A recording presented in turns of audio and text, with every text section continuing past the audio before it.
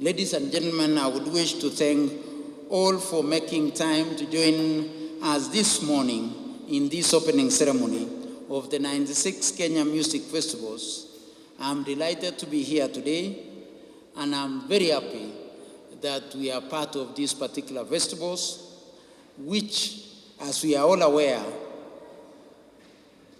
we celebrate our art, music, dance, education, as well as learning lessons, and also good for our children. I'm very joyful today to see many young minds gathered here today, ready to showcase their talent and inspire all of us. There is a huge excitement, I can say, across the country, and in particular this county, as we host these festivals today. Learners, I am aware, have traveled from across the country. I'm told as far as Mandera, as far as Nyanza, the coastal region, they are all here. And I'm informed, and the chair usually tells us that it is the biggest festival, I don't know, north of somewhere and south of another one. And I want to believe this because we are today hosting, through these 14 days, more than 130,000 of our learners and participants of these particular festivals. I would want to assure all of us that the Kenyan government is fully focused on the promotion of creative arts encompassing music, dance, drama, film, and visual arts. These are not just forms of entertainment, they are powerful tools for cultural expression, social commentary, and economic growth. The government has shown that it is serious about the arts, and that's why my colleague is not here today, the PS in charge of youth and the creative economy. Take the word creative economy. It is so critical that we sit here today because of the creative economy. I was discussing with the chair that we need to see how we make this big by it being creative and calling it the creative sector, so that we can see how we move forward with the same. And we are all aware, His Excellency the President gave us a directive last year that we monetize the talent of our young people. I am happy to report that through the Kenya Institute of Curriculum Development, initiative towards the same has been done. And I can assure all of us that there is good work that is going on this particular field. And I would want to applaud His Excellency the President for taking the lead in the campaign for arts and talent development. Once again, KICD has also used this forum to educate citizenries on the competence-based education by sponsoring a wide range of categories. By now, all of us know that CBC has taken root, and music and dance form part of the learning areas under the sports and creative pathway. So as we sit here today, we are not only in a co-curricular environment, we are in a curriculum environment, because creatives and sports form one of our pathways, of the three pathways of STEM, social sciences, and the creatives and sports. I would want also to say that the government recognizes the immense potential of the creative sector and will invest in state-of-the-art cultural infrastructure, such as halls, this being one of them. This is an hall that government invested in the last 2 years to make sure that we have these facilities and so many others across the country. I would want also to assure all of us that through the CDF and working with other stakeholders, that we shall be putting up art galleries and studios across the country. I'm aware the county governments are also investing heavily in this particular area so that we can make it easy for our children to be able to exploit their talent. These facilities provide space for artists to create collaborate and showcase their work to local and international audience. At the school level, we have mapped out talent centers which will be the anchors of theater in this country. In addition, the government has established funding mechanisms, grants and subsidies to support arts and cultural organizations.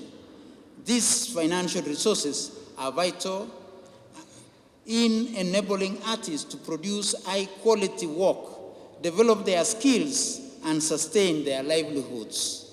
I would want to say that through the support of the Sports and Social Development Fund, we are able to continue sponsoring and ensuring that our children participate in the various activities.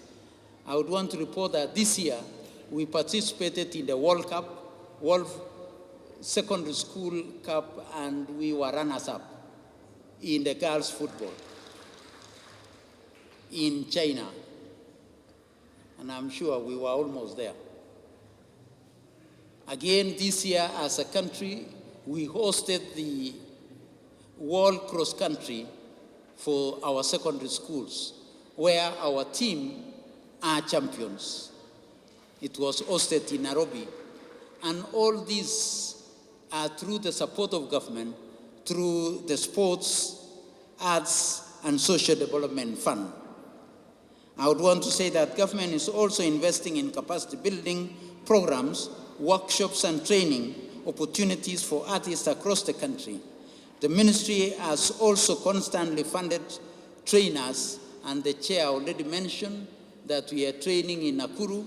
We had some training here in Eldoret, so that we continuously build the capacity of our educators, our writers, our trainers, so that we can be able to ensure that we develop the potential of our young ones. Working closely with the stakeholders in the creative industry, including the music labels, film production companies, publishing houses, and fashion designers, to create a conducive environment for the growth and innovation of this particular sector. I would want to say that this includes regulatory reforms, tax incentives, market access, opportunities to stimulate investment and job creation within the sector.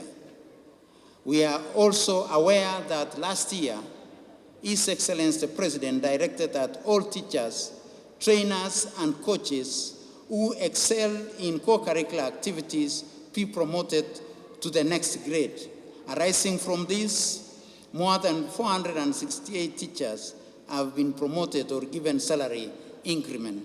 I am aware that we are still working with the Public Service Commission so that those of us who are working within government and have been able to support our young ones realize the benefit of doing what they are doing. Before I conclude, I would want to mention something that may not necessarily be part of our festival today, that we are on course and preparing to ensure that our children next year, who will be moving from grade 8 to grade 9, are properly taken care of. I would want to mention and announce that we are already building 11,000 classrooms through the support of our development partners. We are also working with the CDF to construct another 7,000 classrooms so that we shall be able to have 17,000 classrooms by the end of the year to accommodate our grade 9 learners. So I want to assure the country that we shall be prepared in terms of classroom infrastructure to ensure that our learners transit from grade 8 to grade 9 next year. As we are all aware, government has already recruited 56,000 teachers. We are already, and I'm aware, and my colleagues from Teacher Service Commission are here, led by the regional director, that we are reviewing and relooking into the capacity of some of our teachers in our primary schools so that we can upgrade more to support our learning at the junior school. Also, notwithstanding the financial situation that we are facing as a country, we are also in the process of recruiting another 20,000 teachers so that it can support the 56,000 that we have already recruited. But we are working very closely with our colleagues at the Teacher Service Commission to ensure that we build the capacity of our teachers to be prepared at the senior school level to be able to take care of our kids when they transit to senior school in 2026. I want to thank the teachers, the Kenya Institute for Curriculum Development, because following the reports of the Presidential Working Party, we have already rationalized learning areas across the whole spectrum from grade 1 to grade 6, from grade 7 to grade 9, and from grade 10 to grade 12. So areas that we were required to rationalize, we have already done that.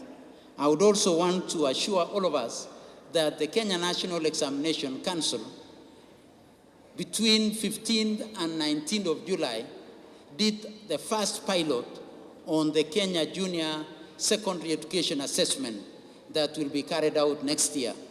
We are going to do another pilot of grade 9 assessment in November. And the assessment, the pilot that we are going to carry out in November, will be the exact replica of the assessment that will be done in grade 9, so that we prepare our teachers and we make our children aware of the type of assessment that they'll be doing at the end of junior school next year. We shall also use this particular pilot of assessment in November to simulate on the placement of grade 10 in 2026, so that we can be able to simulate how the placement on pathways will be done in 2026. So we have in January, next year, January 2025, we shall be running a simulation to see how we do placement to grade 10 in 2026. But while doing that one, we have already run a pilot of placement, and we are now doing data analysis. We have used Meru County to run a pilot on this particular placement so that we prepare ourselves adequately on how we shall do our placement in grade 9, in grade 10 next year. So once again, I would want to give our assurance that we are well prepared to do placement in grade 10 in 2026. I would also want to assure all of us that all our senior schools will be providing at least two pathways. At least two pathways. And to be able to secure TVET into the future, all our schools will provide STEM. And from January next year, through the support of our development partners and resources from government, we are going to build laboratories for every school which today do not have a laboratory at senior school, so that each of our children are given an opportunity to do STEM and prepare for TVET and university placement as we go into the future. So once again, I want to give that assurance. The designs for grade 10 are at the tail end of being prepared. Our principals and our teachers in senior school are going through the designs and giving us their feedback. But we want to give assurance that the designs for grade 10, grade 11, and grade 12 will be ready by next year, so that by the end of the year, we shall have prepared the instructional materials so that the teachers can start socializing with the instructional materials for our senior school. So once again, I would want to give that assurance that we are prepared into the future in ensuring that CBC is properly anchored and prepared to move forward, because the 21st century skills that are required can only be acquired through an age-appropriate system that we are currently implementing, the competence-based education.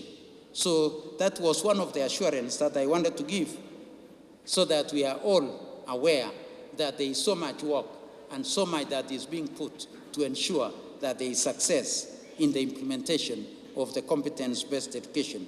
As I conclude, I would wish to say that we are putting in a lot of thinking into the structuring of the core curriculum activities going into the future. On sports, we would want to have an Olympics setup where our sports will not be based on whether you are in primary, junior school, or senior school.